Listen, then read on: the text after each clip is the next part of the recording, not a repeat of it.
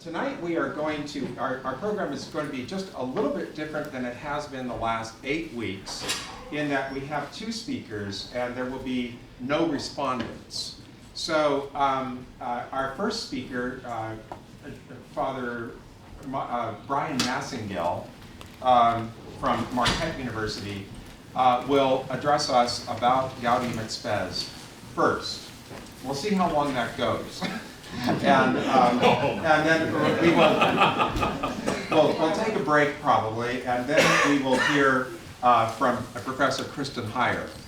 Now just a word about both, and then after that, then we will have Q&A, panel discussion, and so forth.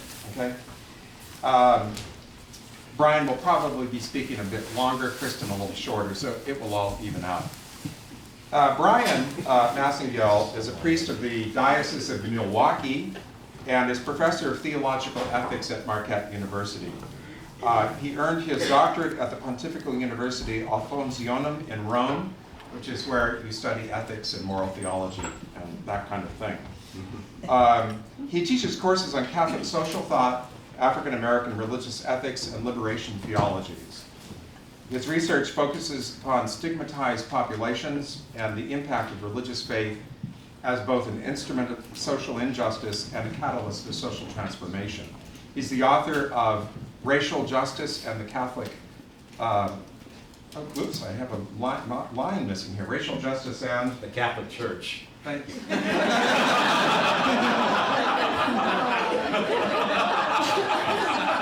And that received an award from the Catholic Press Association. Is that right, Bryan? Yeah. Okay, thank you. I'm a little embarrassed because Bryan is the former president of the Catholic Theological Society of America, my superior. He's also the past convener of the Black Catholic Theological Symposium. We had him at Santa Clara for a wonderful year, or near a year it seemed, sabbatical just about a year ago. It was just terrific. So you're really going to love hearing it. And equally, Kristin. She is the Bernard J. Hanley Professor of Religious Studies at Santa Clara. She received her BA from Brown and her PhD in Theological Ethics from Boston College.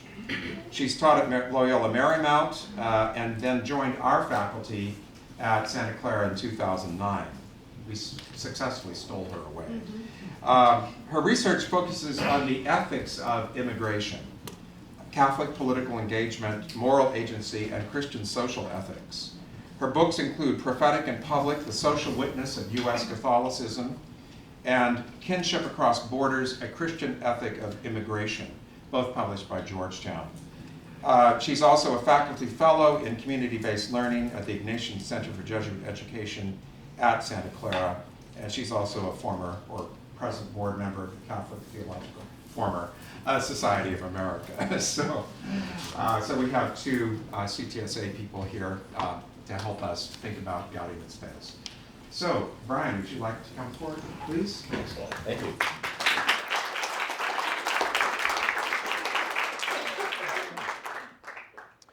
Well, good evening. It's a pleasure to be with you. And when Paul told me about the structure on what you're doing here, celebrating the 50th anniversary of Vatican II, and when he said that he wanted me also to talk about Gaudium et Spes and social justice, and I was going to work with Kristin, I said, oh my God, this is great, the trifecta. One, I have great respect for Kristin. We're great friends. Also, Gaudium et Spes is not only one of the most important documents of the Second Vatican Council, it's also one of my favorites, as you'll see and why in just a moment. And also to look then at Gaudium et Spes and what it has its impact for Catholic social justice mission and witness, especially here in the United States. In some ways, you can't understand the current shape and concerns of the Catholic Church without understanding what happened in Vatican II, but especially with this document. So before going any further, I want to give an overview for the weary student because we're at not only the end of the quarter, we're also at the end of the academic year. And you know, the spirit is willing, but the flesh is weak. And so you may have a tendency to doze off or whatever. So I'm going to kind of give you the overview of what's supposed to happen. And then if you do doze off, you can kind of come back and realize, okay, where we are. Okay. So the first thing I want to do is just talk a little bit about the background and the history of Gaudium et Spes. Kind of have a warp drive overview of that. I'm a Trekkie, by the way. You'll kind of notice that. Talk about its major themes. And then spend some more time talking about its impact upon justice, witness, and action, focused upon the US, but not exclusively. Then I want to conclude my part of the presentation by looking at some of the unresolved tensions that are present when we look at the vision that was sketched out in this document and we look at the current life of the church today. Then, depending upon the mood in the room, whether you're ready to slit your wrist or not, we may need to take a break. And after that, then Professor Heyer will talk about how these tensions play themselves out, especially here in the US, in light of recent events. And then she will end her presentation by looking at future directions in social justice ministry and activism inspired by Gaudium et Spes, and some signs of hope in terms of recovering the vision of the Second Vatican Council. So some initial points. The first thing about Gaudium et Spes is that it was promulgated on December 7th, 1965, one of the Council's final documents. This was promulgated at the very last session of the gatherings of the Vatican II. It was also perhaps the most celebrated document. It's been called the most important social statement of the 20th century. And it's unique because there's been no social statement by the recent Catholic social teaching of the Catholic Church that's been promulgated and written by the entire body of US bishops, not even US bishops, but the world's bishops. And so it's the most important statement. It's also the one that has the most input and the most consultation of any of the documents that comprise this corpus that we call Catholic social teaching. This document is unique also in that it was the one document of the Second Vatican Council that was not envisioned when the council was called. They knew very well that the council was going to be looking at liturgical life in the church, the role of laity, the internal life of the church, but there wasn't any plan of looking at the relationship of the church to the modern world or to any group outside of the Catholic Church. All of the council documents that you've probably looked at in the past few weeks have dealt with internal matters by and large with the church. This document doesn't. And it originated from a suggestion at the floor of the council during the first meeting in 1962. When Cardinal Lucero, gave a famous intervention, and he said, basically here, Church of Christ, what do you have to say of yourself? Not only to yourself, but who are you to and for the world? It was a challenge for the council not simply to focus in upon internal matters, matters pertaining to its own internal life, family business, if you want to put it that way. Rather, it was a call for the church to look at what was its relationship to the world outside of itself, what the theologians would call the church ad extra. And so, this document is the only document of the council that was addressed not only to Catholics, but to the whole of humanity. So it's a document in which the church is reflecting upon who it is, not only for itself and its own fellow believers, but it's a document that's looking at the relationship of the church to the modern world outside of itself and also addressing a message to those who don't belong necessarily to the Catholic Church. Gaudium et Spes. These documents, as you probably know, take their Latin titles from the first words of the Latin document. Gaudium et Spes, joy and hope. And this sentence here is from the very beginning of that document. It's probably the most celebrated and the most quoted sentence of the documents of Vatican II. And it sets the tone of everything that follows. The joys and the hopes, the griefs and the anxieties of men and women of this stage, especially those who are poor or in any way afflicted. These too are the joys and the hopes and the griefs and anxieties of the followers of Christ. From the beginning, what you see here is a stance of profound solidarity and intimate connection between the followers of Christ and the concerns, the aspirations, the dreams, and the struggles of the world. There's no divorce between the concerns and the aspirations of the world, and especially of the poor, and those of faith. From the very beginning, we see an effort to overcome any split or any chasm between the world outside and the concern of faith inside. A very remarkable sentence, one of the most famous. It's even more remarkable in the fact that it was written at all, considering the past history of 100+ years that preceded it. So now we're going to play a little bit of history lesson here and kind of talk about what preceded this and why was this so revolutionary. Some of you are saying, duh, that seems pretty obvious. Well, it is remarkable, though, in terms of how it came to be. The significance of this document in light of our past, especially the past 100+ years that preceded Gaudium et Spes in 1965.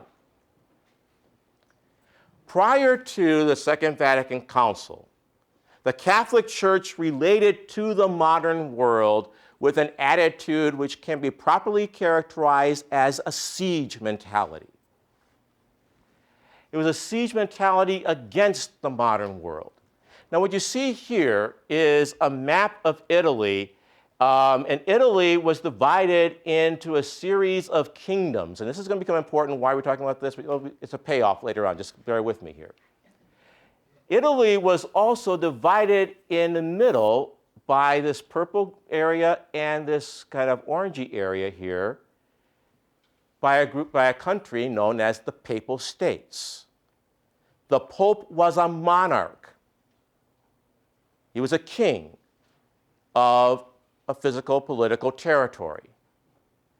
What happened in the 1800s, beginning in 1859, was an effort to reunify the entire Italian peninsula under one government, which meant that the Papal States had to be taken over, and the monarchy, the Pope, the papacy, dethroned.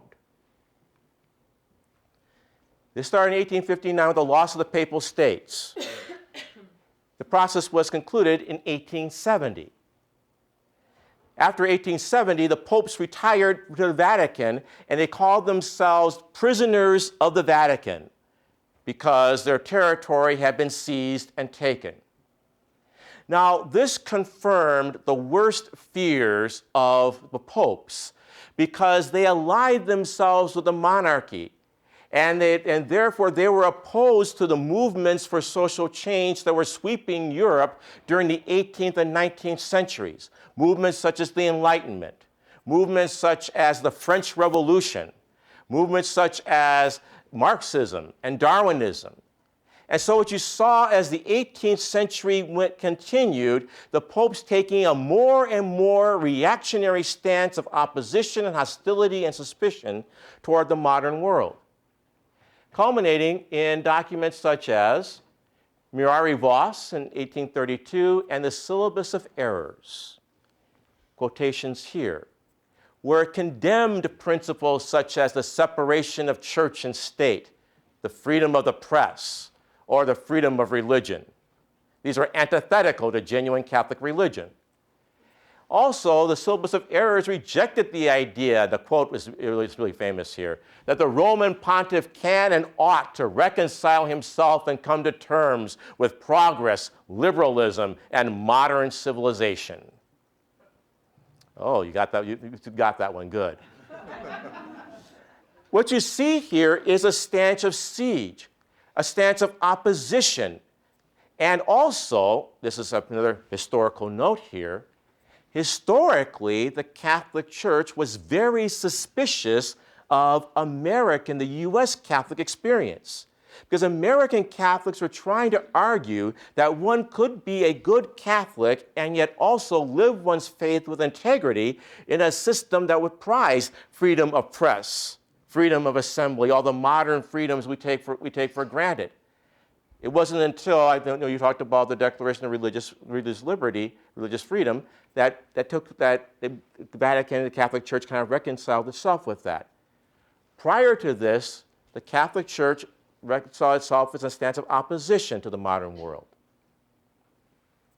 Not only was it opposed to these movements of social change that were taking place throughout Western society, it increasingly looked upon Western society as a place of moral chaos and moral degeneracy. This became typified when the practice of birth control became increasingly accepted by the Protestant churches and Protestant denominations. The Anglican Church was the first to accept the moral acceptability of birth control, and the Catholic Church looked upon this with great horror. And so Pius XI in 1930, in a document called Casti Connubii, said, quote, "The Catholic Church, to whom God has entrusted the defense of the integrity and purity of morals, standing erect amid the moral ruin which surrounds her, so that she can preserve the chastity of the nuptial union from being defiled from this foul sin." But note, who is standing erect amid the moral ruin? The Catholic Church, the bulwark, the defender of truth. As you see then, prior to the Second Vatican Council, the Catholic Church had an attitude of fortress mentality against the modern world. An adversarial relationship of suspicion at best, most often of opposition and hostility toward the modern world. And they did things such as having oaths against modernism in seminaries and things like this in order to preserve the church as a pure body amid this moral chaos and ruin. It was seen as regarded itself as the sole bastion, the sole possessor of truth against forces of error and social change. Again, the Pope should not reconcile himself to the forces of liberalism and social change. And when it spoke to the world, it spoke in a tone of condemnation. So now contrast this with a major shift that takes place at the Vatican Council itself. Prior to Vatican II, there were various preparatory commissions that met to do some of the preliminary work of the Council. And one of the documents was to talk about the role of conscience. And so in a document called, fancily, Preliminary Schema Number 13, very original title, when it spoke about conscience, it began by proclaiming that the church is the iudex custos et vindex, the guardian, the judge, the vindicator of the moral order. Contrast that to the teaching on conscience one finds just 3 years later in Gaudium et Spes. In fidelity to conscience, Christians are joined with the rest of men and women in the search for truth and for the genuine solution to the numerous problems which arise in the lives of individuals and from social relationships. Compare these. Here, the church alone is the vindicator of moral order. Here, Christians are joined with the rest of men and women in a search for truth. we moved immediately into a dialogical realm of mutuality. No longer is the church a bulwark against a dangerous world of moral chaos. Now it seemed that we need to dialogue with men and women of goodwill that reside outside of the church. In 3 years, from 62 to 65, there has been a seismic shift in not only in the tone of the dialogue, but in the very relationship of the church with the modern world. That's all a little history, but it's important to understand that history because now 50 years later, we read this document and we say, ho hum, this document was nothing short of revolutionary, and indeed becomes perhaps the most celebrated litmus test that most reflects the genius and the spirit of the council. With that then, let's take a look at an overview of some of the major themes that we find in Gaudium et Spes. First, let's appreciate again the tone of the document. We saw from the first opening sentence a very interesting tone. Here we see again how the relationship, the dialogue, the tenor of the conversation has changed. Speaking of itself, it says, this community, meaning the Catholic Church, realizes it is truly and intimately linked with humanity and its history. That is why the church has always had the duty of scrutinizing the signs of the times. I'll explain that phrase in just a moment. And of interpreting them in the light of the gospel. We must therefore recognize and understand the world in which we live, its expectations, its longings, and its often dramatic characteristics. Note that the church isn't speaking to the world in a stance of accusation and condemnation. Now it says we have to seek to understand this world because we're intimately a part of it. With that, then, some of the major themes. The church no longer sees itself as over against the world, but as a part of the modern world. The church is in the world, not apart from it, not above it. Also, history is seen as the place for ongoing revelation. History is seen as the arena, the drama, where human salvation is achieved. This is a very interesting thing, and I want to read an exact quote here because it kind of typifies the spirit that I'm trying to get at here. Why is there such a major positive appreciation for the modern world? Because now at Vatican II, they see that the Spirit of God resides in the world. Quotation here from number 11 of Gaudium et Spes. The people of God believes it is led by the Spirit of the Lord who fills the whole world. The Spirit of the Lord fills the whole world. There's no longer this need for a dividing line between that which is sacred in here and that which is secular and dangerous out there. Rather, human history is the place where we encounter God. And God can be found outside of the confines and the boundaries of the church. That means that there's been a profound change of method that happened at Vatican II as well. A change of method that was called reading the signs of the times. The signs of the times is an official phrase, and it means any social, political, or economic event that is so pregnant and powerful that it calls for an examination and a response in the light of the gospel. If the Spirit of the Lord fills the whole world, then we as Catholic believers and Christians are called to pay attention to what's going on in the world so we can discern the presence of the Spirit and what the Spirit may be calling us to. Sorry about this. And that leads to a new concern for society and social responsibility as essential for the Christian vocation. In other words, it's not enough for us to fulfill our obligations by coming to church and doing sacred things or saying sacred words.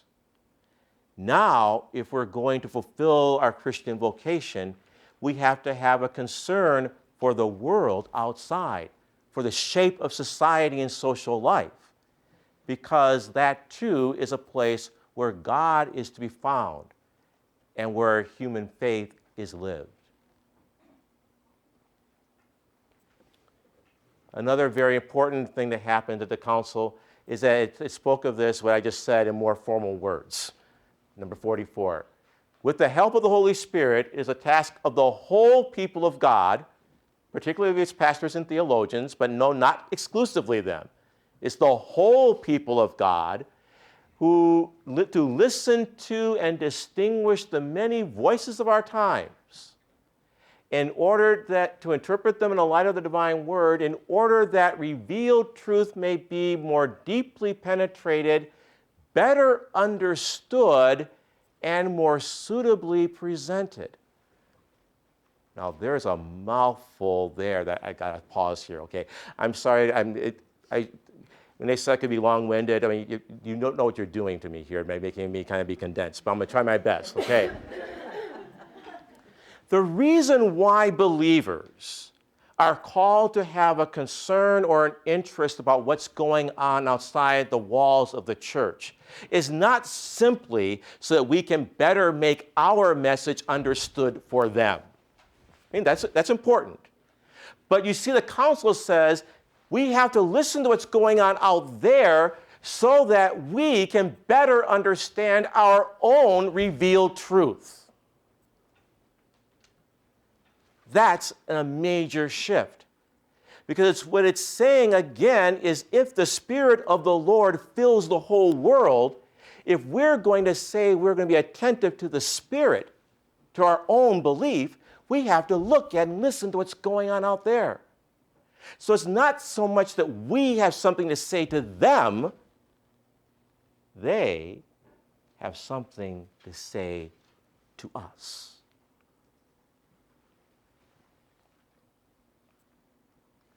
So it's a shift in methodology from a deductive methodology to an inductive one. Fancy words. What does it mean? A deductive methodology starts with the theological teaching and moral principle and then applies it to reality. So you take your already given answer and you apply it to the situation out there. Vatican II begins the shift in the Catholic Church to an inductive methodology, where you start with an examination of the human experience, the signs of the times, and you move then to a consideration of faith. You read the signs of the time, what's going on socially, politically, economically, and then you potentially discover new faith insight and new truth from your examination of the signs of the times. No longer is it a one-way street where faith is applied to life. Now it's a back and forth, a dialogue, where in our dialogue with contemporary social science, physical sciences, economics, political science, sociology, in that dialogue we come to understand our own faith better. And that folks outside have something to teach us. This is a major sea change from what happened before. So major themes. The overall one, we've just been highlighting it over and over again, so I can't stress it enough. The importance of dialogue. Gaudium and Spes marks a willingness of the church to learn that from the world as well as to speak to it. The church puts itself at the service of humanity. That doesn't exist just simply for its own members. It exists to be a leaven in the world. And so it's a relationship of mutuality and reciprocity. The church offers, as it says in the Gaudium et Spes, it offers the world a vision of hope, a transcendent reminder that this world is not all that there is, and that there's a hope and a presence because the Spirit of God imbues it. But then we also have much to learn from the world as well. Key to that is that the document stresses in several places the church's own limited competence, that it doesn't always have the answer to every problem. And therefore, Christians, Catholics, need to be in dialogue with others as well in a common search for truth with all humankind. This opens the door for something which was unprecedented before the Council, and that is for ecumenical and interfaith cooperation. The document, Gaudium et Spes, has its treatment of atheism. But it's not simply a negative treatment of atheism, but it points out the fact that even atheists and atheism has seeds of truth. And that oftentimes people are atheists or lose their faith in God because of the scandal and the counter witness of believers. But it points out that even atheists, even those who profess no faith at all, have seeds of truth and a concern for justice and a respect for human dignity that gives us a platform by which we can engage them respectfully and in common cause to build a better world. And thus, we can join in a cause for a better world with men and women of goodwill. This becomes a signature phrase for every Catholic document on social teaching that's issued from here on out. That the popes begin by addressing the documents to, they go down in hierarchical order.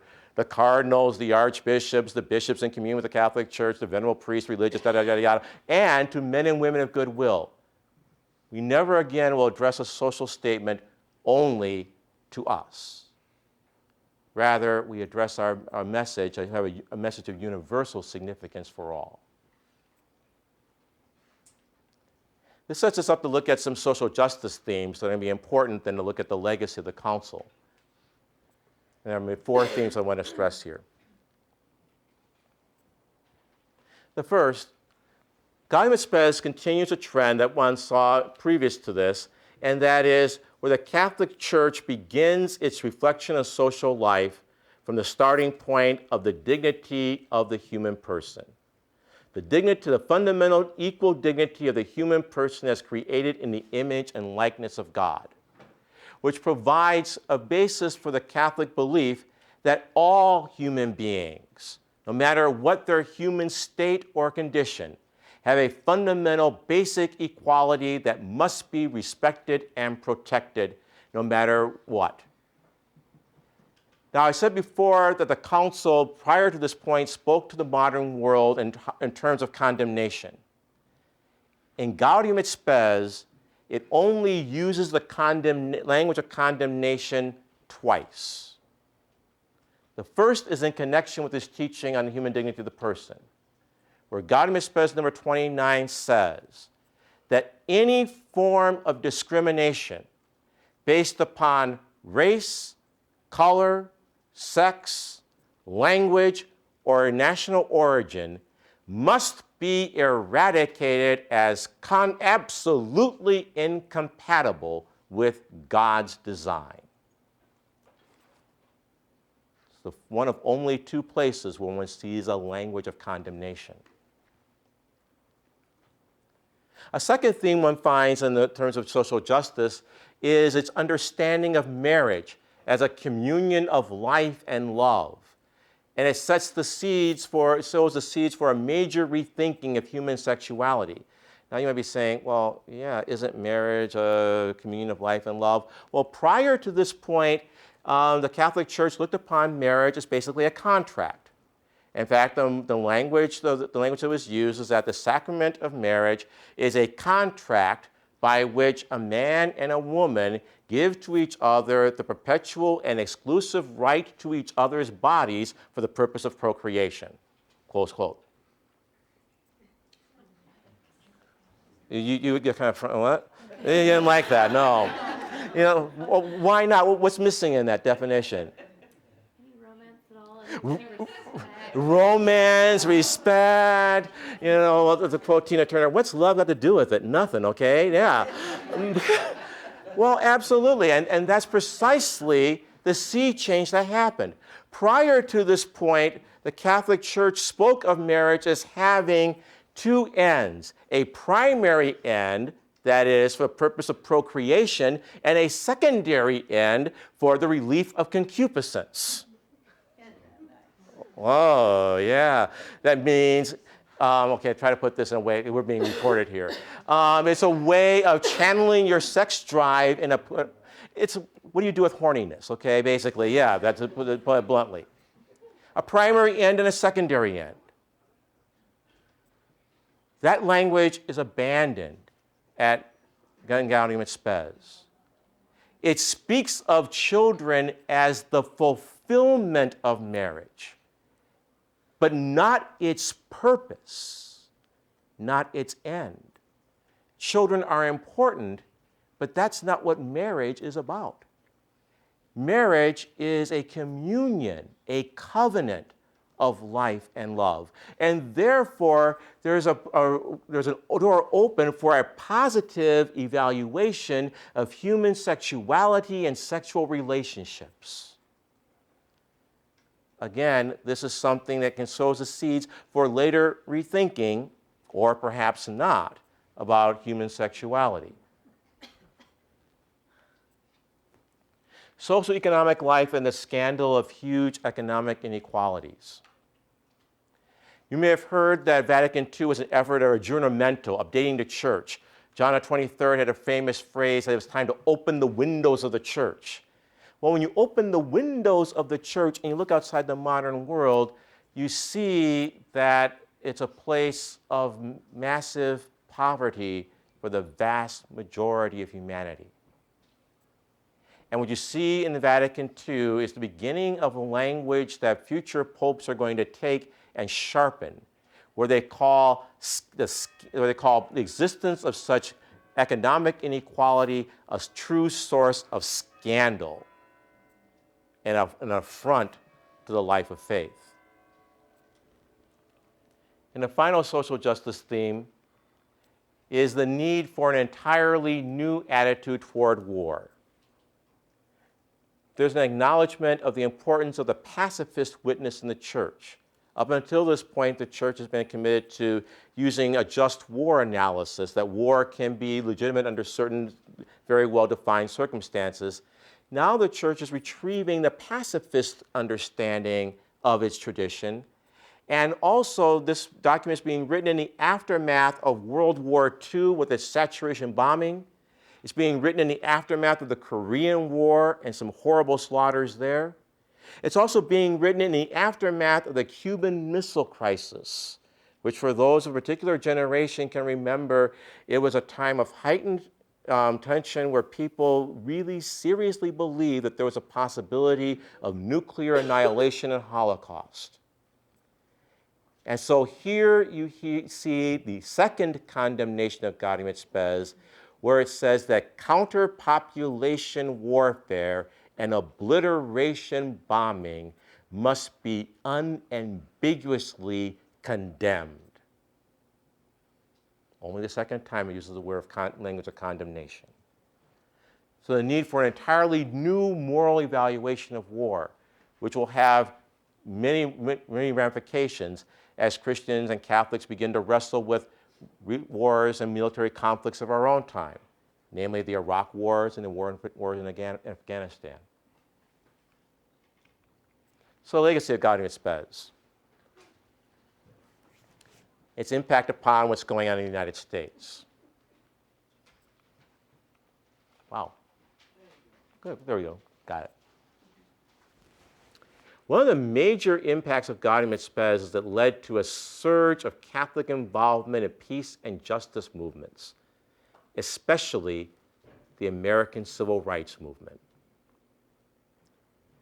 Prior to 1965, Catholics were missing in action in the American Civil Rights Movement. In fact, Catholics were enjoined not to be actors of profound social change. When it came to American racial relations in the 1950s and 1960s, Catholics were told to offer signs of what they call decency and respect to African Americans, or to those who are non-white.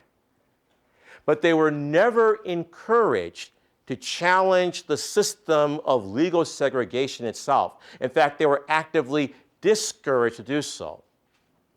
Remember the Supreme Court decision of 1954, Brown versus Board of Education, the famous landmark decision? In the aftermath of that 1954 decision, almost every major Protestant group issued a statement of guidance to their members, asking them to support the Supreme Court decision, to work for racial justice, etc. The Catholic Church didn't issue a statement on the 1954 decision until 1958. 4 years later, we were late to the party. Not only were we late to the party, we never even made mention of the Supreme Court decision. And Catholics were told to avoid two extremes. One, the rabid segregationist, but the other, the intemperate agitator. And the intemperate agitator was Martin Luther King Jr. In 1965 at Selma, a major campaign of Martin Luther King for voting rights in Selma, Alabama, for the first time, you saw Catholic nuns and priests marching in support of the civil rights movement. This could not have happened without Gaudium et Spes. Because Gaudium et Spes, remember, said that we need to have a concern for the world outside of the church. We need to listen to and discern the signs of the Spirit, and also realize that what's going on in the world has something to teach us, and we can learn from our faith. And so you saw an unprecedented sign of nuns in full habit marching in a political protest. One, Sister Antonia Ebo, good friend of mine, still alive in St. Louis, still, as she says, an officially delegated troublemaker, but a troublemaker for the sake of the justice, for the sake of God and the sake of justice. Nuns and priests at Selma. I come from Milwaukee, Wisconsin, one of the most segregated cities in the United States to this day. Milwaukee is one of the most racially segregated cities in the United States. It's also one of the poorest cities of the United States. Father Jim Groppi, when I was a youngster, was a major social justice activist who led a year-long campaign to racially integrate the city, and especially a campaign for open housing laws. Milwaukee has been called the Selma of the North. There's actually a book by that name. You can read it. And what you see here is a priest actively involved and committed in deep solidarity with the cause of racial justice. Now, these nuns and priests got a lot of flack for doing this. This was not uncontroversial. And their defense, when they were challenged and asked, what's a priest and a nun like you doing this? This isn't what the church should be about. They pulled out their copy of Gaudium et Spes, and they said, yes, it is now. This is where the church should be. Another legacy of the council is that human rights now become essential activities in the church, essential ministries of the church. That the promotion and defense of human rights becomes constitutive and important, essential to what it means to be Catholic. And that human rights activities are seen as acts of faith. It's not just something that we do because of our extra credit. It's not just something that's a political action. No, this is faith in action. And so you see the Catholic Church around the world being active in the defense of human rights when it comes to pro-life activities, but also standing up for justice in Latin America, being opposed to poverty and racism here in the United States, human rights for all. Blessed are the peacemakers. Catholics are in the forefront of peace movements. All of that is the legacy of Gaudium et Spes. And that in parishes now you find human concerns committees and social justice committees and social justice ministries. All of that is the flowering of Gaudium et Spes.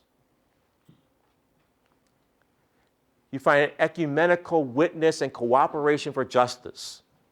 That no longer are Catholics being involved in justice because we're Catholic, but now we're also doing this in partnership with other people of Protestant religion, of non-Christian religions, and of no religion at all.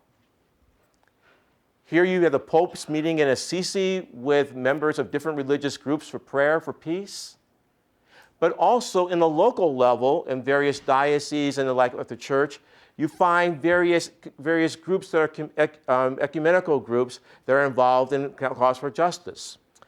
In the state of Wisconsin, where I'm from, in March of this year, we all met. There were 900 social justice activists. We called it People of Faith United for Justice at the Capitol. 900, divine troublemakers, all gathered in this sanctuary, in this church, Baptists, Jews, Hindus, Muslims, and a Catholic priest like me giving the keynote for this group. And then afterward, we all fanned out and pigeonholed our legislators, and we're agitating for such things as prison reform. And we're trying to allocate more money for poor people, for food stamps, etc. All of that ecumenical cooperation and witness for justice could not have happened without Gaudium et Spes. I know this was the focus on a U.S. experience, but I said I can't talk about Gaudium et Spes without talking about liberation theology and what happened in Latin America. In 1968, in Medellin, Colombia, the bishops of Latin America met, and they wanted to ask themselves, what does Gaudium et Spes, what does the Vatican II mean for us in Latin America in light of our situation of massive, grinding, inhumane poverty? And they put a central question before the church. What is the relevance of Christian faith for a world of massive, pervasive, yet hidden injustice? And they challenged us by saying, this isn't just a question for Latin America, it's all of our question because we all live in that world. They developed an approach to the movement called liberation theology, which starts from the experience of the poor, of the marginalized, of those passed by, of the insignificant, as Gustavo Gutierrez, who is one of the founders of this movement of theology. And indeed, Gustavo Gutierrez said, the church in Latin America has given the entire Catholic Church the greatest gift it could, and that is the option for the poor. And that is a faith-inspired belief that working for the cause of the poor is a radical, essential demand of the gospel. This movement has also given the church another great gift, a church of martyrs, where many people in that cause for justice in Latin America have lost their lives by standing in advocacy for the poor. To quote Cardinal Don Helder Camara, he said, if you work for the poor, you will sooner or later be treated as them. The Church of Martyrs. It shows us that when you take the words of Gaudium et Spes and live them in the real world, you're going to run into resistance and opposition. And yet these are people who are doing what they're doing not because they're social workers or because they're, liberal do-gooders. They're doing what they're doing because it's a conviction of their faith. This too is a legacy of Gaudium et Spes, of seeing a concern for the world as intimately connected to one's faith.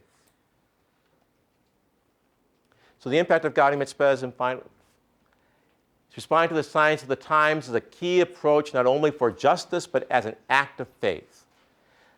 As Gustavo Gutierrez says, when people say, "Oh, you're concerned with the poor because you're poor," he says, "No, don't misunderstand me.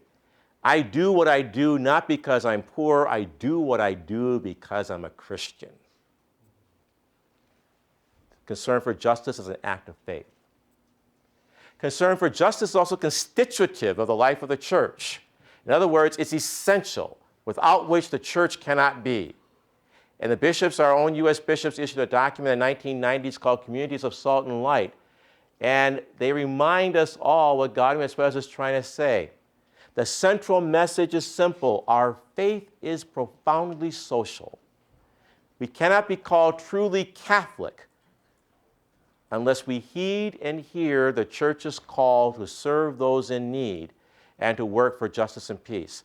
Note, this isn't some crazy guy from Milwaukee coming here and saying this. This is the US Catholic bishops. This is essential. We can't call ourselves Catholic unless we do this. The legacy of Gaudium et Spes. And finally, seeing the church as a circle of dialogue. A dialogue that takes place not only between clergy and laity, but between Catholics and non-Catholics, between Protestants and Catholics and people of faith who are out of non-Christian traditions, and with people of no faith at all, but people of goodwill. And now, the truth in advertising part. That was all really inspiring. But any honest examination of the Second Vatican Council, any honest study of it, has to also examine and face the fact that there have been unresolved tensions between the vision, not only the vision, but the text of the council, and some contemporary realities in the life of the church today. I'm going to talk about three of them, and then Professor Heyer will show how those tensions have played themselves out, particularly here in the United States. The first tension is over the role of the laity. In Vatican II, Gaudium et Spes spoke of the limited competence of church leaders. It said, let the layman not imagine that his pastors, the masculine language is what's indigenous to the document, are always such experts that to every problem which arises, however complicated, they can readily give a concrete solution, or even that such is their mission. Let the laity take their distinctive role and place. Contrast that with a document that talks about the high self-confidence of church leaders. Pope John Paul II, in a document called Veritatis Splendor, issued in the middle of the 1990s, said, in addressing this encyclical, this letter to you, my brother bishops, note, he's not even addressing the rest of the church. He's not even talking to the priests. He's talking only to the bishops. It is my intention to state principles so that we, the bishops, can give a reply that possesses a light and a power capable of answering even the most controversial and complex questions. Limited competence, not our mission. High confidence, it is our mission to give an answer to any controversial, even the most complex question. The role of the laity here is simply to listen, not to have a distinctive role. Another tension, the tension between a search for truth or seeing truth as already in one's possession. We saw this quote before, that in fidelity to conscience, Christians are joined in a search for truth with all men and women of goodwill. In other words, if we're going to find out answers to the social problems that beset us, we need to be in a dialogue with others. Whereas Pope John Paul II, again the same document, Veritatis Splendor, says, in her moral teaching, the magisterium does not bring to the Christian conscience truths that are extraneous to it. Rather, it brings to light truths that it ought to already possess. Thus, this teaching enables men, especially in the more difficult questions, to attain the truth with certainty and to abide in it. We don't have to search for the truth. We have it already. And you have it by listening to its official teachers. A third tension is theological discussion and inquiry. And we're going to see this tension played out again after the council. Gaudium et Spes said, let it be recognized that all the faithful, clerical and lay, possess a lawful freedom of thought and inquiry and the freedom to express their minds humbly and courageously about those things with which they enjoy competence.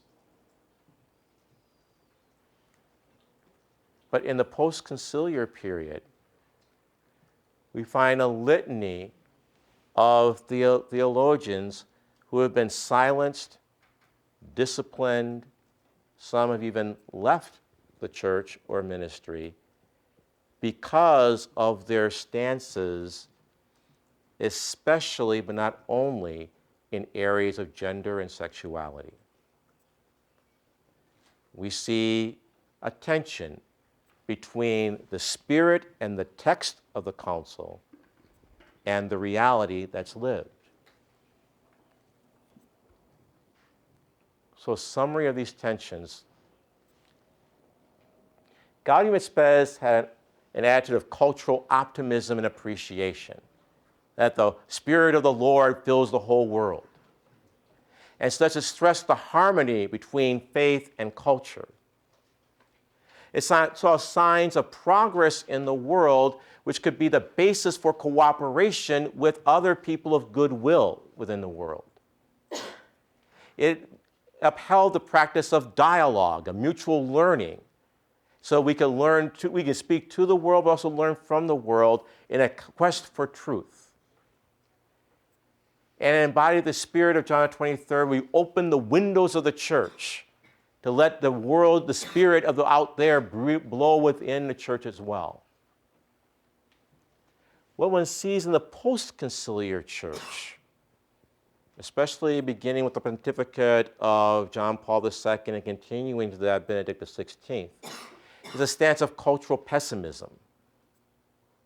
That when they look at the world, they don't see signs of progress.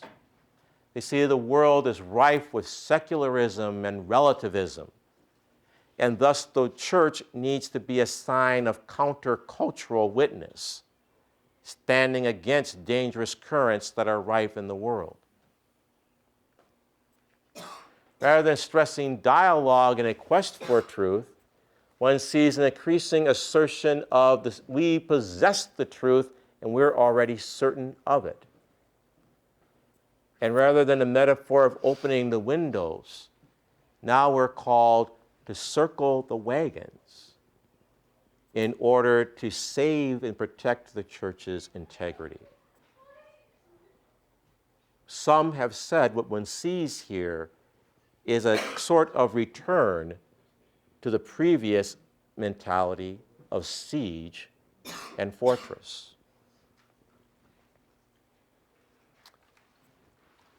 We stop here because I'm setting it up for Professor Heyer then to take these tensions and to show about how they are lived out in the church here in the United States. I think so. Take it away. Thanks so much, Paul, for the invitation. I'm really honored to be here, and I'm humbled to tag team with such a good friend, Bryan Massingale, whose work has been really influential to my own, and as you can see, is one of the most dynamic speakers in our field, so it's really daunting to follow that first presentation. But I'm thrilled because we really are of a similar mind on kind of the legacy of Vatican II. I just teased he got all the hopes and joy, and I'm going to get the griefs and anxieties, but that's okay. That's okay. In my self-sacrificial spirit, I will go on. I just wanted to, you all have been looking at all the Vatican II documents over the quarter, and I was thinking the tenor and the tone that Bryan signaled at the outset really apply to all of Vatican II. I have just some shifts here from the historian John O'Malley, but I think Gaudium et Spes in particular really exemplifies some of these conciliar shifts. We've seen them already this evening: coercion to conscience, monologue to dialogue. I'm going to talk about behavior modification to inner appropriation of values at the bottom there. So to turn kind of to these tensions, Bryan signaled at the end, Professor Massingale signaled at the end, in the US context in particular, the reception of Vatican II here in the US. I think this dialogical engagement with wider society we've been talking about is evident not just in these movements, the civil rights movement, the human rights movements more broadly, but here in the United States, as you know, the Bishops' Conference engaged political and economic concerns with these two landmark pastorals in the 1980s, one on the war and one on the economy. Perhaps some of you remember the listening sessions that they conducted among interdisciplinary policy experts and the laity during a very consultative drafting process. The resulting documents offered this moral vision that reflected Catholic moral teaching, but also included more specific policy judgments. Women religious in the United States also interpreted this vision of solidarity with the entire human family, central to Gaudium et Spes, really as a mandate to serve disenfranchised members of the society and address these pressing signs of the times. So in the 1970s and 80s, they began to work in a wide variety of social programs beyond those just administered by Catholic institutions alone. So in domestic violence shelters, educational programs for incarcerated women, addiction centers, counseling centers, food banks, ecological justice programs. And as we saw with the earlier photos, marching in Selma, or here I have one in Madison, Wisconsin, in 1966, marching with farm workers, protesting against nuclear proliferation. And then at the bottom, tracing its roots to the Second Vatican Council, Network Social Justice Lobby's mission remains focused on closing this gap between the rich and the poor, dismantling policies rooted in racism, greed, and violence to this day. You probably already know this. Their next Nuns on the Bus tour is coming into the Bay Area in 2 weeks. Now, 2011 marked the 25th anniversary of economic justice for all, but the U.S. bishops did not commemorate this event. In an op-ed in the Baltimore Sun that month, a former top staff official at the Bishops' Conference wrote, quote, "I fear the Church's revered social justice witness is being crowded out by divisive culture war battles at a time when Americans need a stronger moral message about the dignity of work and economic justice for all." That's Francis Doyle. Others insisted that the bishop's ongoing advocacy is there. They joined this circle of protection that year, but that the media just failed to highlight it. But yet, while a proposal was floated to raise domestic and international economic justice as a top conference priority at that year's November meeting, the suggestion was tabled in favor of two other priorities, promoting a new evangelization and defending religious freedom from the encroaching threats of same-sex marriage and insurance mandates to provide contraception to employees. Now, I think different interpretations of Vatican II, in part, account for these shifts in recent decades. So during the 1980s and 90s, Pope John Paul II offered the Church a particular interpretation of Vatican II. And for many in the American Church, that interpretation won the day. On the one hand, John Paul II wrote prolifically and prophetically, I'd say, during his papacy on matters of social justice, developing, for example, solidarity as the key virtue, kind of needed in our era of globalization, introducing social sin into the encyclical tradition, In some of his other writings, on the other hand, he stressed law and precepts over conciliar understandings of conscience or this dialogue with modern culture. And I think a new generation of young clerics who share the Pope's high theology of the priesthood see in Gaudium at Spes perhaps a misplaced optimism in the possibility of this constructive dialogue with the world. Whereas we just saw, they perceive instead perhaps a world ensnared in a culture of death, marked by what Pope Benedict XVI called the dictatorship of relativism. So this cultural pessimism we were just talking about. So in contrast in the US to Cardinal Bernardine's seamless garment, which presupposed the interconnectedness of these different issues in Catholic teaching, a more countercultural mode that champions a select moral agenda and the construal of a Catholic identity has been evident. I put up a couple of examples here, perhaps in practices of withholding communion to Catholic politicians deemed insufficiently pro-life over the last few election seasons. There's John Kerry. The reaction to Notre Dame's decision to confer an honorary degree on President Obama, or recently the actions of the Bishop of Phoenix, Olmsted pictured here, who declared that St. Joseph's Hospital was no longer Catholic after doctors terminated a pregnancy to save a young woman's life.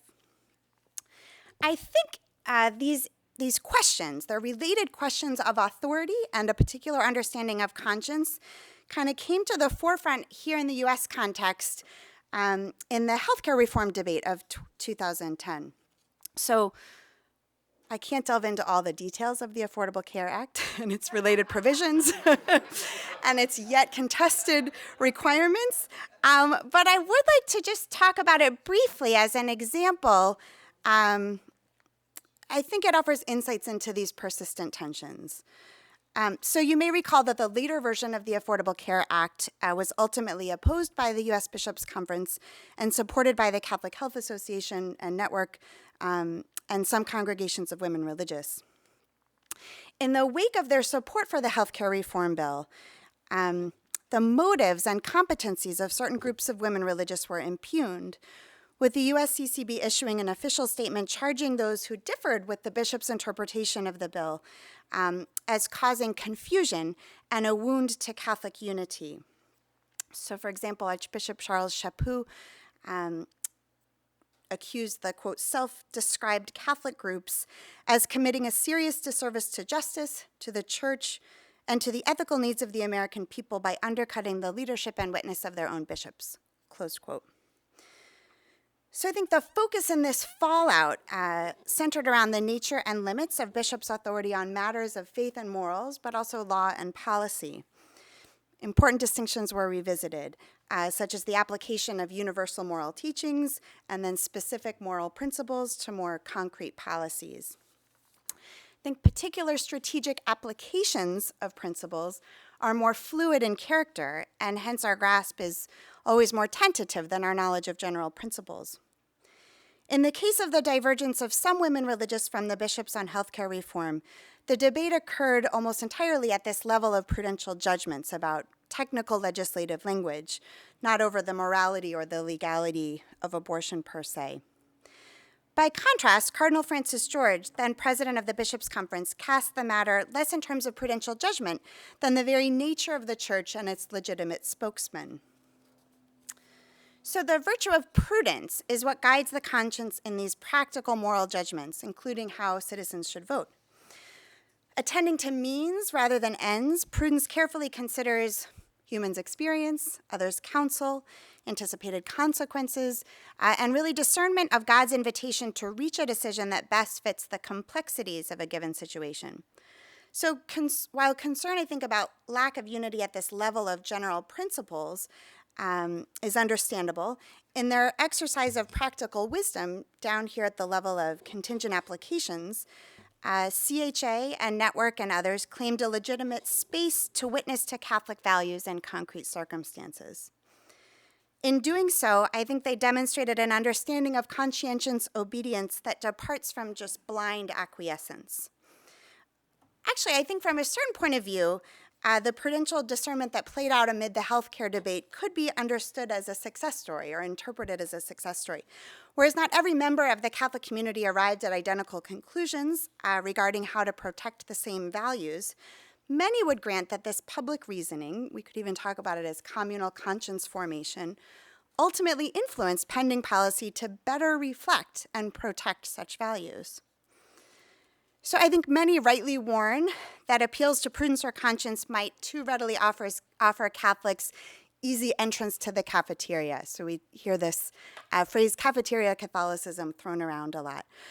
Yet it seems to me kind of genuinely wrestling with the tradition and its demands in each age is more reflective of this conciliar invitation than our just impositions of control via loyalty oaths, for instance. For the Council explicitly calls the Church to be a sign of kinship, which makes genuine dialogue possible and vigorous.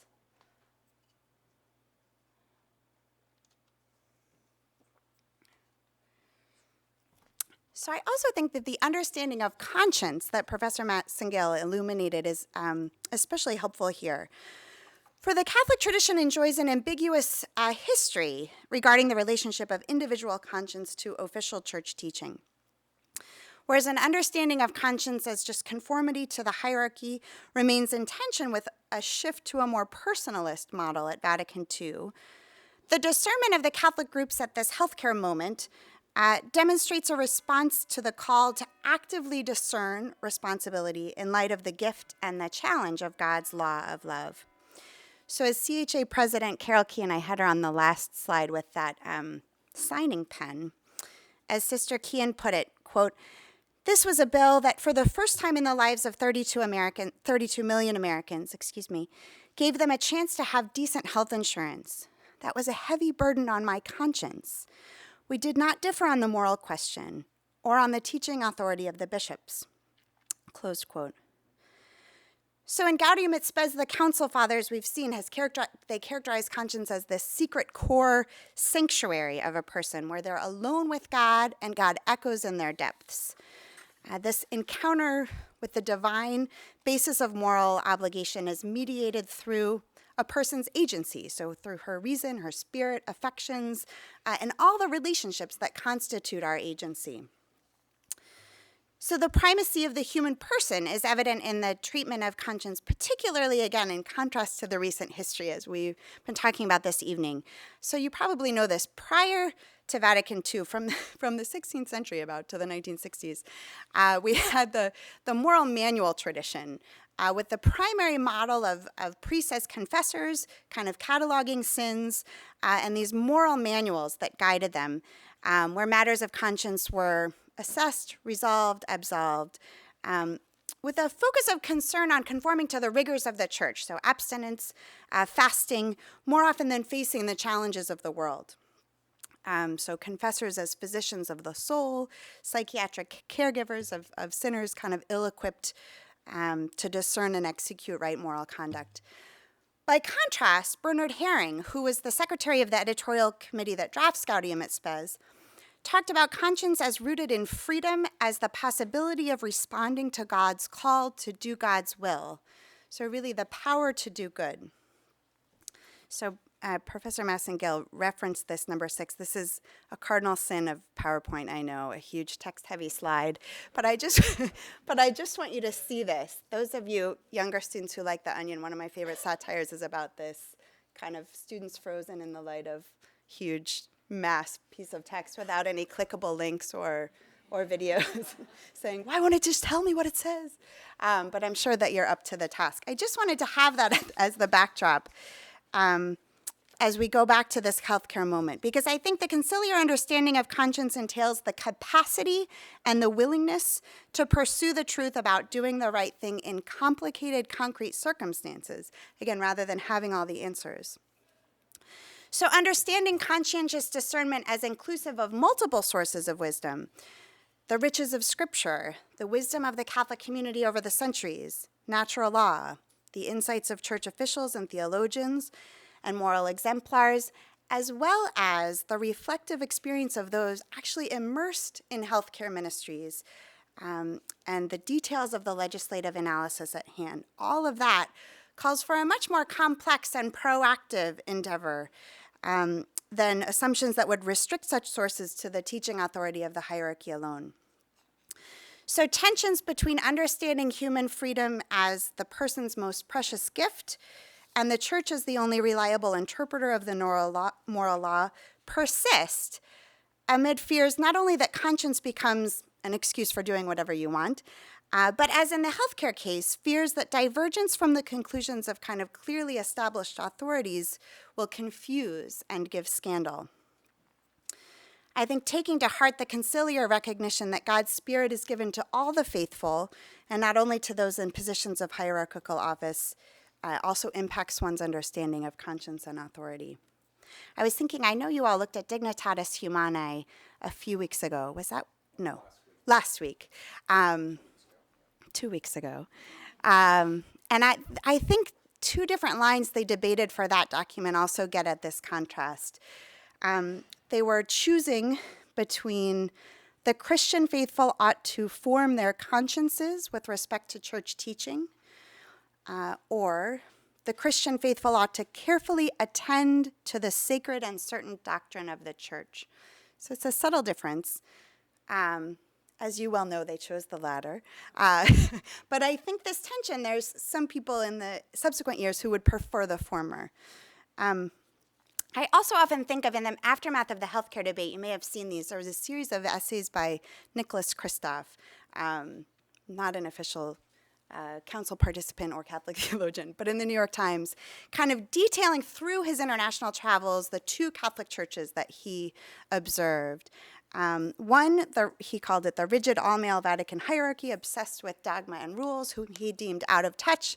And then these essays would detail different women religious and social ministries around the world. So he highlighted the Mary Knowles' work in Central America, the Cabrini Sisters in Africa, talking about providing needy children an escalator out of poverty.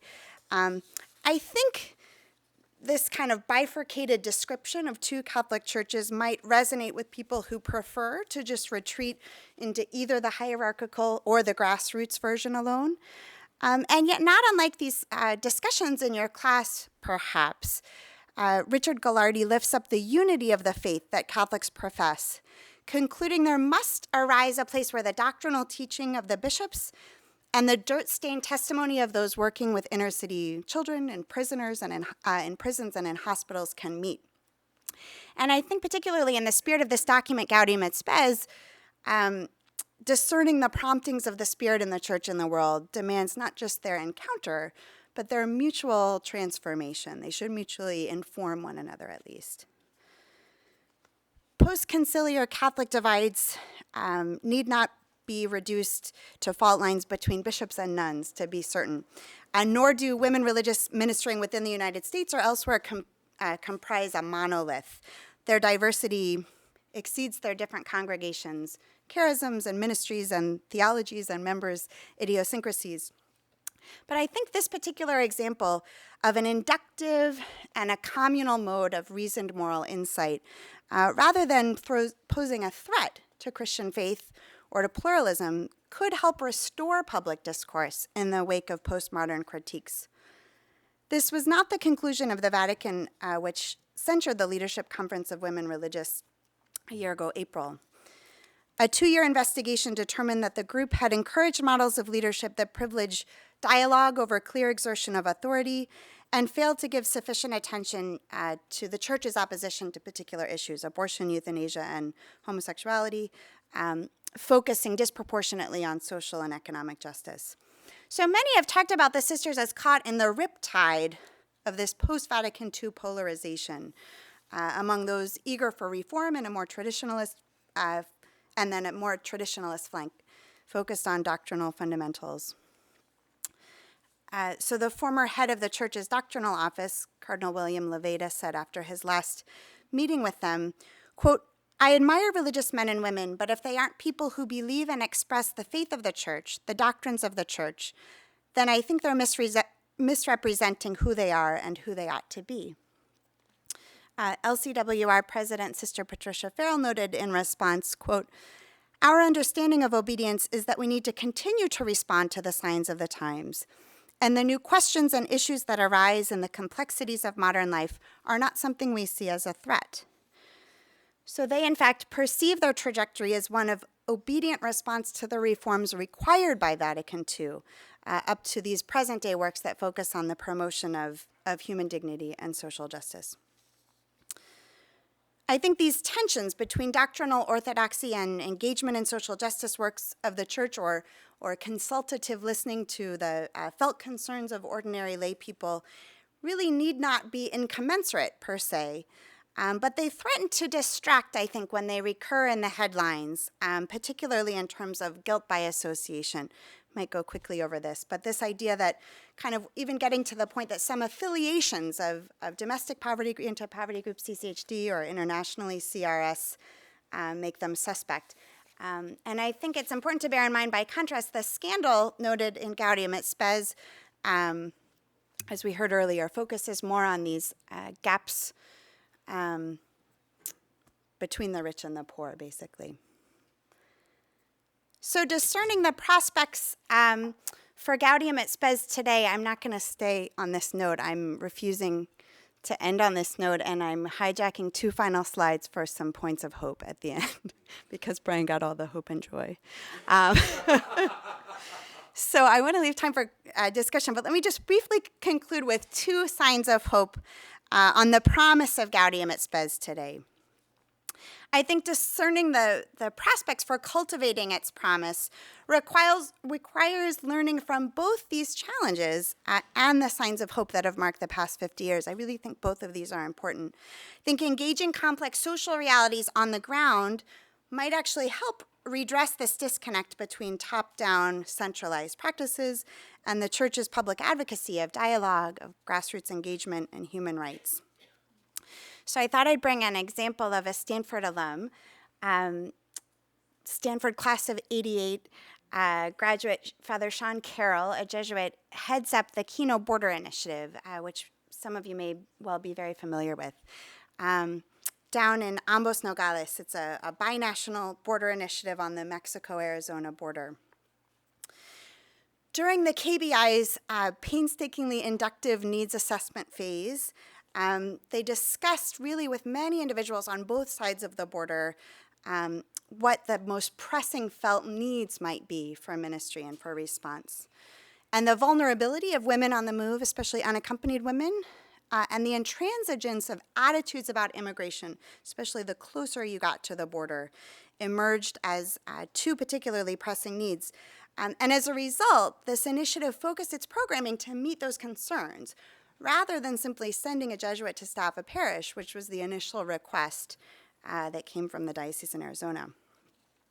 So KBI explicitly understands itself as operating with 1 foot on either side of the border, a point of mutual transformation, not just for the migrant communities who encounter one another in the context of its programs, but also for the provinces of Mexico and California, for the Missionary Sisters of the Eucharist, for Jesuit refugee services.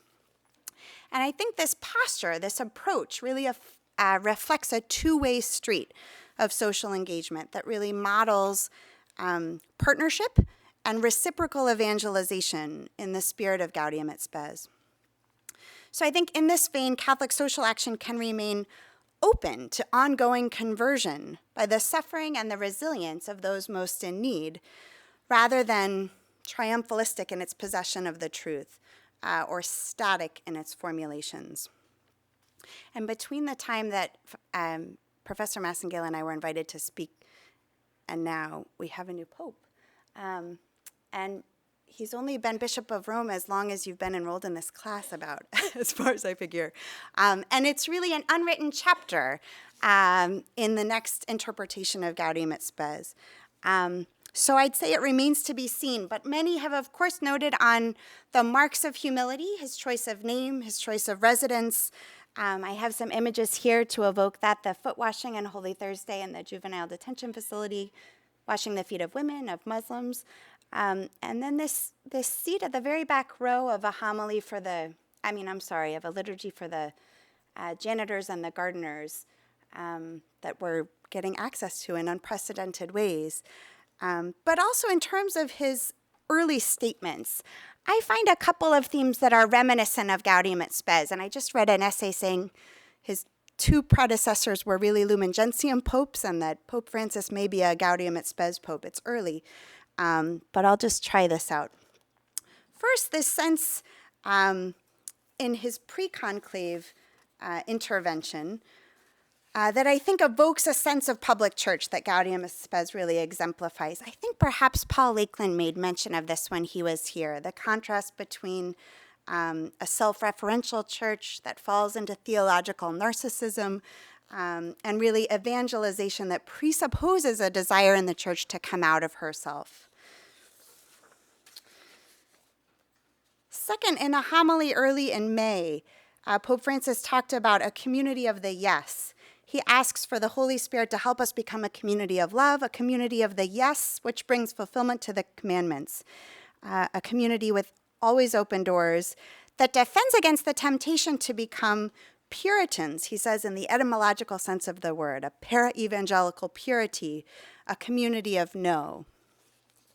And then finally, probably most prominently, his statements really all last month with respect to global capitalism and the danger of the idolatry, kind of the new golden calf, and a dictatorship of an inhumane economy. So whether at the collapse of the Bangladeshi factory or in his speech a couple of weeks ago to the new ambassadors to the Holy See, he talks about human beings being considered consumer goods, which can be used and thrown away, that we worry when banks fail, but not when humans die. So I will grant this is an unwritten chapter, and it'll be written not only by the new leadership in Rome, but by ongoing lived discipleship, people in Palo Alto and around the globe just busy being church. So thank you.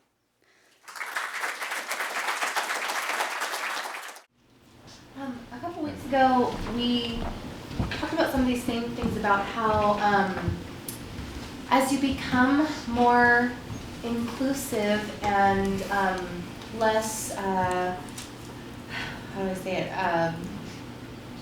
claiming less authority, like realizing there's truth outside, realizing everything, that missionary work sometimes seems to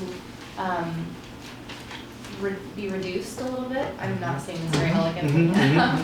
But what do you feel about that? How do you keep a worldview like this while still prioritizing missionary work, or is service and social justice the new mission, the new missionary work? Mm-hmm. What do you both feel about that? Good question. The way I would look at it is I wouldn't see them as an either or, but a both and. And if you take serious, I think what Gaudium et Spes is really trying to do is break down the kind of almost human need to kind of categorize things in neat little boxes. So I'm either doing, missionary work or I'm doing social service, okay? And I think what Gaudium et Spes is trying to do is break down that either or and talk about a both and.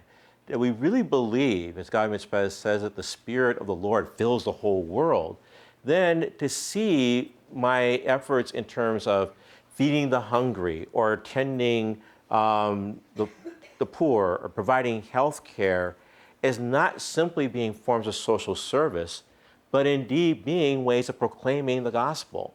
So it's not an either or, it's a both and, or it's a way of seeing the Spirit of God in these very human activities. And it's trying to overcome this hard and fast dichotomy and distinction between sacred and secular. And some would say, well, it's blurring the lines too much.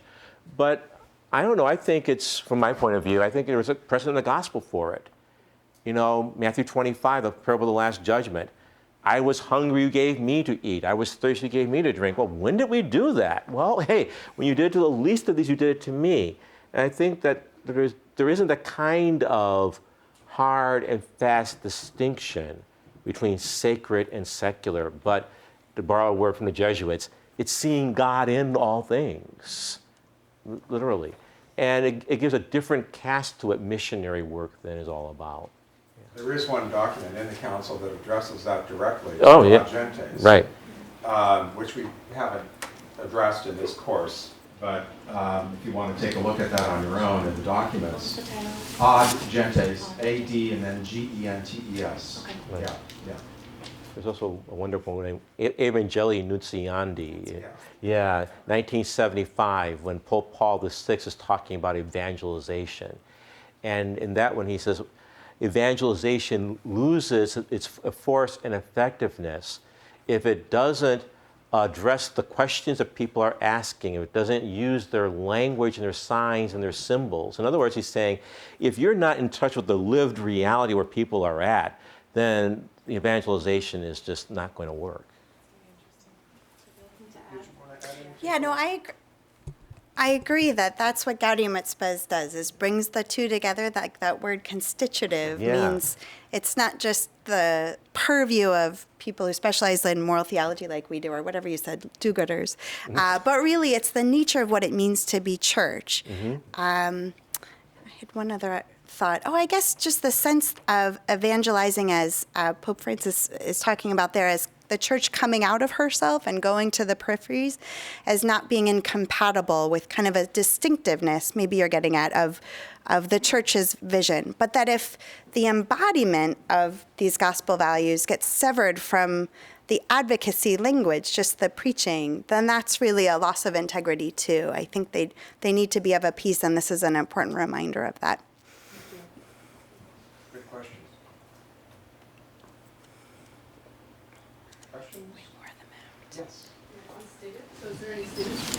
Well, you were the first one with your hand up, so go ahead. I have a question. Well, first, I was going to just respond really quickly to yours. Just from my own personal experience as a missionary, I find that social justice and more traditional forms of evangelism really go hand in hand when you're approaching it with the spirit of love.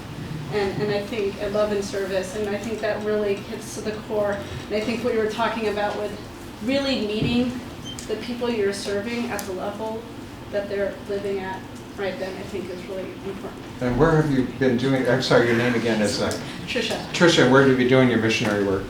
China, Japan, and India, but mostly China. And then my question though was for Professor Massingale. You mentioned earlier you were talking about the tensions that exist in the post-conciliar church, and you made references to, I believe it was called Veritatis Spectacular. Veritatis Splendor. Splendor, something like that. It is spectacular too, but splendor, right? That's Send that in for the next one. Oh yeah. Oh, I'm gonna have to use that in my class next time. It's spectacular. I love it. Yeah. It's better than splendor. Yeah. This was promulgated by Pope John Paul II. Pope John Paul II. I was curious, when did this come out, and how would you look at it in relation to Christa Fidelis Laici, which really focused on the empowerment of the laity and was also promulgated by Pope John Paul II in, I believe, 1989. Right. This one came out after that in the, forget about 1995, I want to say. Yeah, 1995, maybe 96. Well, I give myself two years there.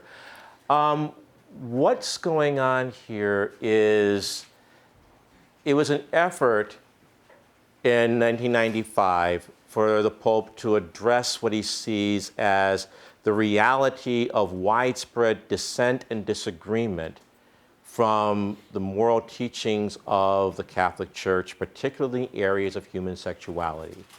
And so what he's doing in Christa Fidelis Laici is saying that the laity do have an important role, but now he wants to come back in this later document and say, but whatever that role of valuing the laity is, it can only take place within this constraint of not disagreeing with or calling into question church teachings on human sexuality.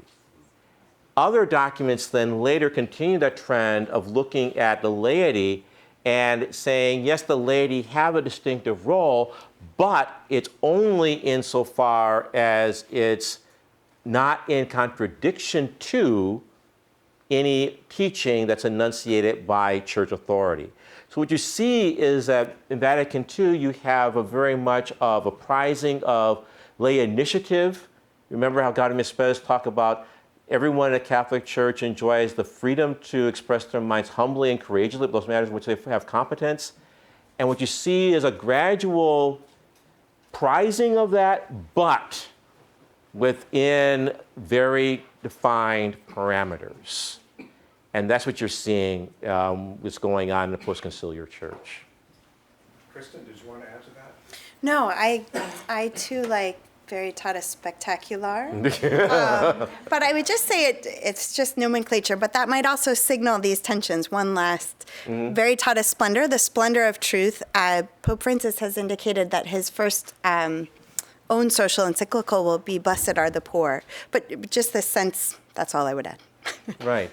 And this whole emphasis on the truth being something that we possess, and that kind of emphasis upon doctrinal conformity versus what we seem to see as a more evangelical focus from St. Francis of really saying that, you know, going back to Gaudium et Spes, the joys and the hopes, the griefs, the anxieties of men and women today, especially those who are poor or in any way afflicted, which seems to be a retrieval that's going on here. We'll have to wait and see, but that's kind of what's happening right now. Matt? It's a question, I guess, that I've had over the course of the entire quarter with regard to all documents coming out of Vatican II, but specifically in the case of Gaudium et Spes, I'm curious who literally was writing these documents and these drafts. And I've always imagined it, I guess, as this kind of law clerk judge relationship where the bishops weren't actually writing it, but I mean, were they, and I think we can all admit that bishops themselves are perhaps removed from some of these poorest of the poor to whom Gaudium et Spes was addressed. So I'm curious, did they bring in advisors of sorts? I mean, did they bring in a lot of missionaries and women religious, perhaps? I mean, who exactly was sitting down and physically writing these down? Great question, yeah. Thank you. Yeah, Paul might have a better answer than I do. Yeah, you had, so I mentioned a theologian, Bernhard Häring, a German theologian. They had theological advisors, Paridi. I think Dorothy Day and a few other women were the only women at the council. I don't There think weren't there were many religious. women, no. Sister, Barbara Ward was one, but Sister Mary Tobin was another. Yeah, Vatican II is probably the most consultative council that we had in terms of theologians such as Bernhard Häring, Cardinal Rahner, Skilabix, John Courtney Murray, Yves Congar. So they were very much working with bishops, but bishops also were heavily involved in this process. It was a mutual back and forth. Also, not all the bishops and theologians were on the same page either. So when you read some of the council documents, you know that sometimes they read like they were written by a committee, and they were. And the other thing you have to keep in mind is that you had over, 2,600 bishops present, and also any of them could submit amendments to a committee, which then had to take them into consideration.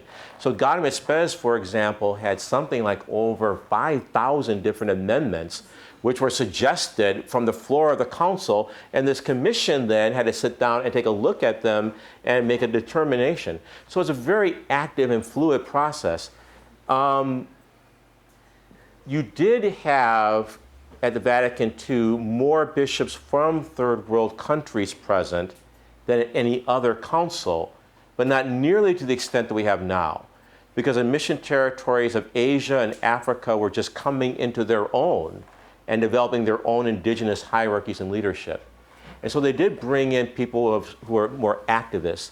But when what happened, what Vatican II did in its openness and consultation, it set a paradigm for others then, so that the War and Peace pastoral letter that Professor Heyer talked about, an economic justice for all letter, the bishops had extensive consultation with social justice activists, with Wall Street executives and others. Men and women.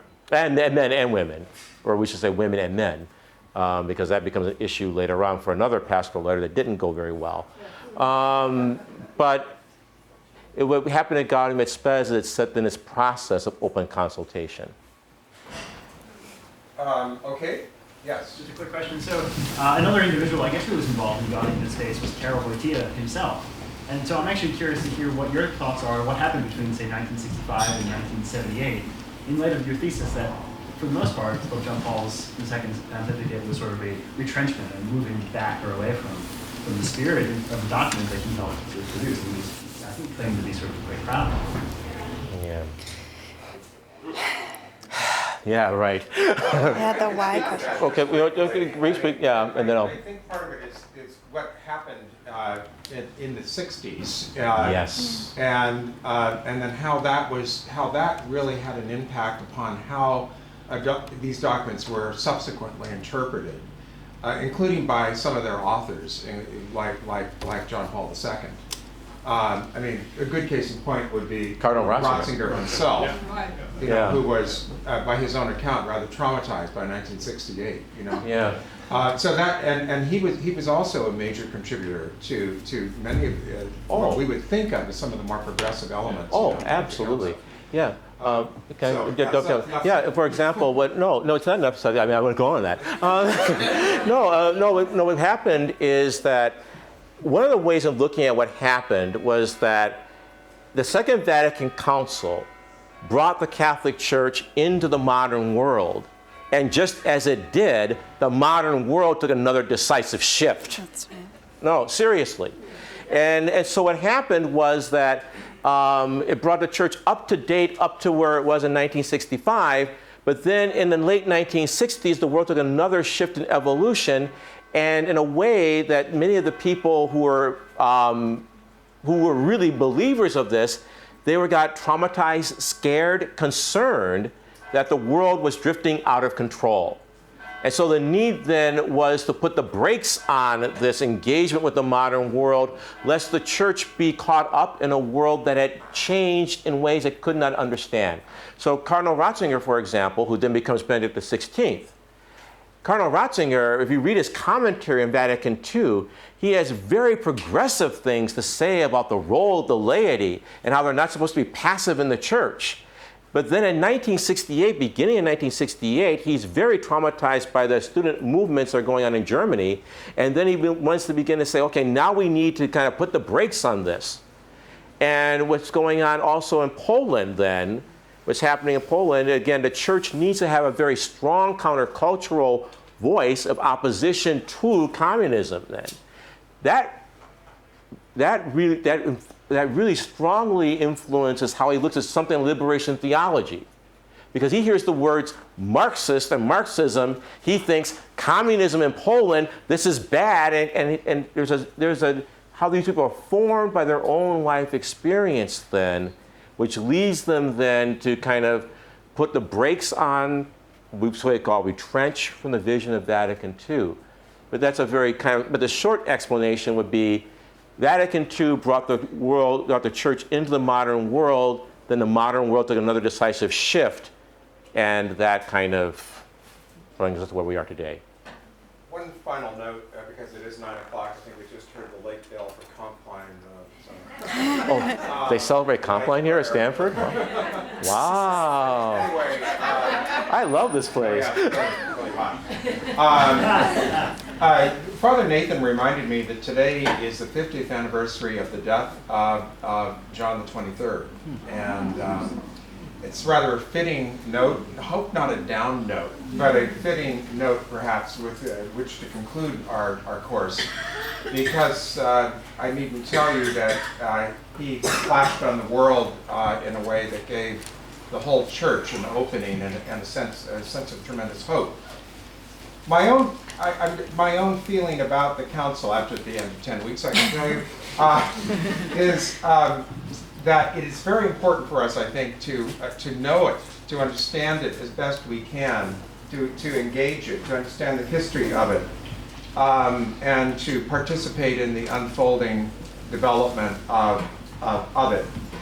But I think the council also pitches us beyond looking past, or it does not want us to look past, to the past only, but also to the future, as John the 23rd did. And to me, the questions that we need to be looking at now are really, where do we go from here as a church, inspired by the council, but also having to create new forms of church in the future. That to me is one of the most exciting things about studying the Second Vatican Council at all. So perhaps that is part of the abiding hope that John the 23rd gave us by opening it up in the first place. Thank you, everyone. Thank you, first of all, for our speakers. Thank you, everyone, for coming here.